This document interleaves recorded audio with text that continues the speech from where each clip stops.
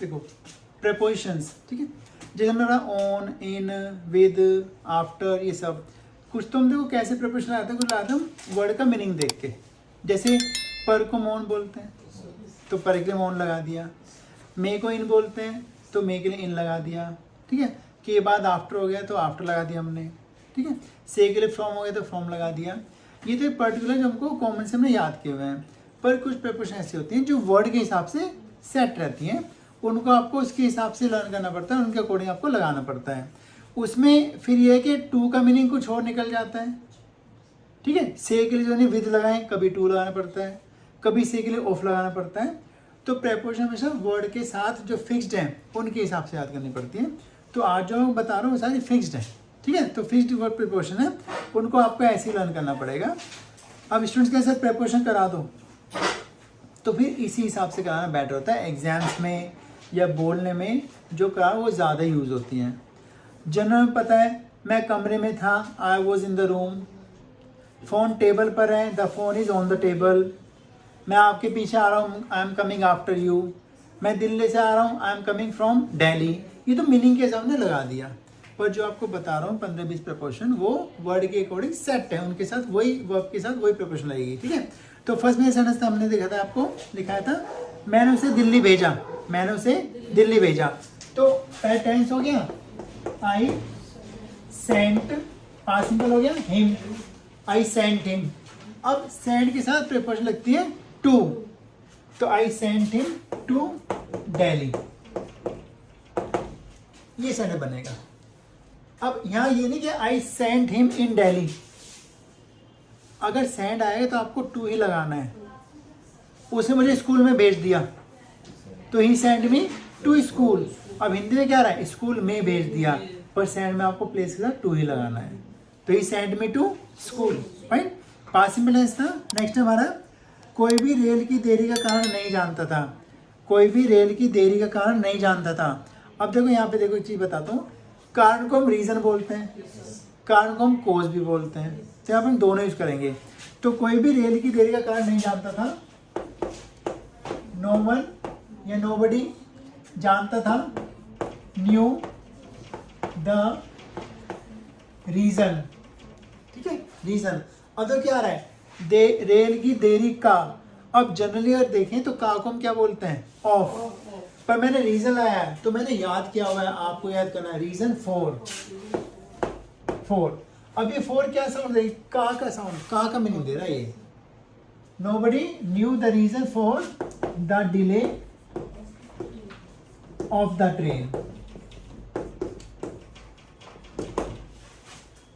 nobody knew the reason for the delay of the train। Clear. Tense के हिसाब से पहले कन्वर्ट करना है, फिर प्रेपोजिशन आपको फोर लगानी है। तो अगर आता है रीजन से क्या लगाओ, का के लिए आपको फोर लगाना है। देखो, बिना कारण के, for no reason, reason for लगता है तो फॉर नो रीजन। उसने मुझे बिना हाथ के डांटा, he scolded me for no reason, ठीक है, he scolded me for no reason. अगर दूसरा एग्जांपल देखो, सेम सही है, कोई भी ब्लास्ट का कारण नहीं जानता था, ब्लास्ट विस्फोट का, तो कोई भी विस्फोट का कारण नहीं जानता, यहाँ भी कारण आ गया। अब यहाँ पे हम रीजन यूज कर सकते हैं और हम यहाँ पे कोज कर सकते हैं। तो हमने रीजन तो यूज कर लिया, हम क्या कोज यूज कर लेते हैं। तो कोई भी सेम हो गया, no one knew the cause. अब देखो यहाँ भी कारण है, यहाँ भी कारण है, यहाँ पे हमने रीजन में हमें फोर लगाना है, यहाँ पे कोज में हमको ऑफ लगाना है, जबकि दोनों में सेम ही है, बस मीनिंग क्या, रीजन कारण हो गया, कोज कारण हो गया। अगर आप रीजन यूज करो तो फोर लगाओगे, कोज में आपको ऑफ लगाना पड़ेगा। तो no one knew the cause of the blast, of the blast. Clear. Next है, मुझे दूसरी गाड़ी की क्षति के लिए भुगतान करना पड़ा, आई करना पड़ा, आई हैड टू पे, भुगतान करना पे हो गया, आई हैड टू पे। अब दूसरी गाड़ी की क्षति का, अब का को बोलते हैं ऑफ, पर पे के साथ लगता है for, pay for. I had to pay for, क्षति के लिए the damage of the other car, I had to pay for the damage of the other car. तो डैमेज के साथ हमने कार के ऑफ लगा दिया, पर पे के साथ आपको फॉर लगाना, जबकि यहाँ भी कहा था दूसरी शब्द कार। ठीक है, नेक्स्ट, क्या आपको पार्टी का निमंत्रण मिला? Past simple, did you get निमंत्रण, invitation, did you get the invitation. अब देखो, का निमंत्रण में पार्टी का, अब का को हम क्या बोलते हैं? ऑफ, जनरल वर्ड में। पर हमें क्या करना है? इनविटेशन है तो to, invitation to the party. Did you get the invitation to the party. अब आपको ये याद करना है कि इनविटेशन में आपको टू ही लगाना है, इनवाइट में आपको टू ही लगाना है। जब भी आप किसी को इनवाइट करोगे, हिंदी में क्या, हिंदी में आएगा, हिंदी पर आएगा। मैं आपको बर्थडे पर बुलाऊंगा, मैं आपको अपनी शादी में बुलाऊंगा। ठीक है, तो आपको चाहे मे आ रहा है चाहे पर आ रहा है, आपको इनवाइट में टू ही लगाना है। क्लियर? नेक्स्ट देख लेते हैं। इस परेशानी का कोई समाधान नहीं है, इस परेशानी कोई समाधान नहीं है। देयर इज नो समाधान मीन्स सोल्यूशन। अब का को क्या बोलते हैं? ऑफ बोलते हैं, फिर ऑफ बोलते हैं। मुझे याद है, अब आपको याद हो जाएगा। सोल्यूशन में आपको टू ही लगाना है। There is no solution to this problem, there is no solution to this problem. तो solution to, what was the solution to his problem? क्या सोल्यूशन था? का के लिए आपको टू ही लगाना, ऑफ नहीं लगाना। नेक्स्ट है, आपकी उसके जवाब के प्रति क्या प्रतिक्रिया थी? आपकी उसके जवाब के प्रति क्या प्रतिक्रिया थी? व्हाट वाज, कॉम्प्लीमेंट है, योर रिएक्शन। अब के प्रति आ गया तो टू लगाओ, टू वर्ड्स मत करना। के प्रति टू वर्ड्स होता है, पर रिएक्शन में टू लगता है। तो what was your reaction to his. अब क्या था? जवाब, जवाब रेस्पॉन्स या आंसर, जो भी आपको करना है। What was your reaction to his response, कि जब उसने कुछ बोला तो आपने क्या प्रतिक्रिया दी? आपने हाँ बोला, नहीं बोला, ऐसे।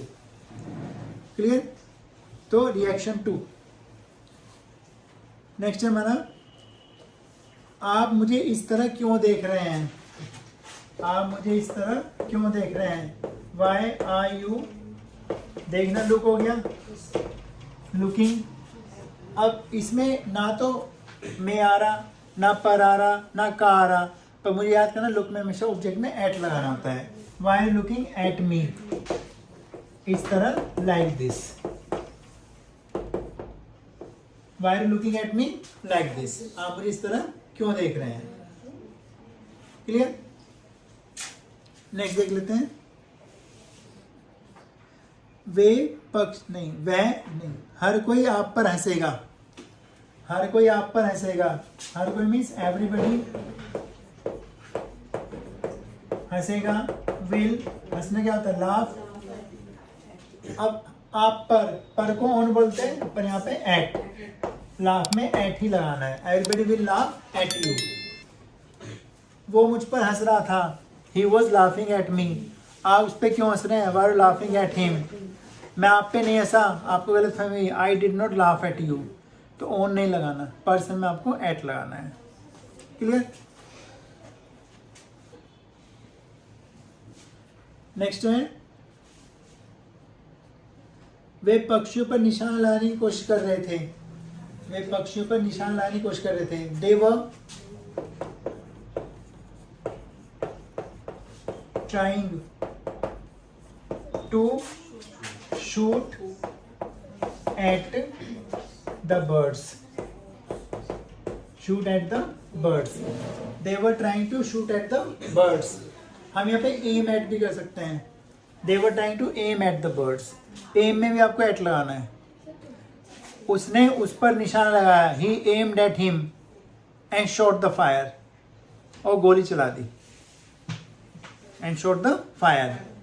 क्लियर?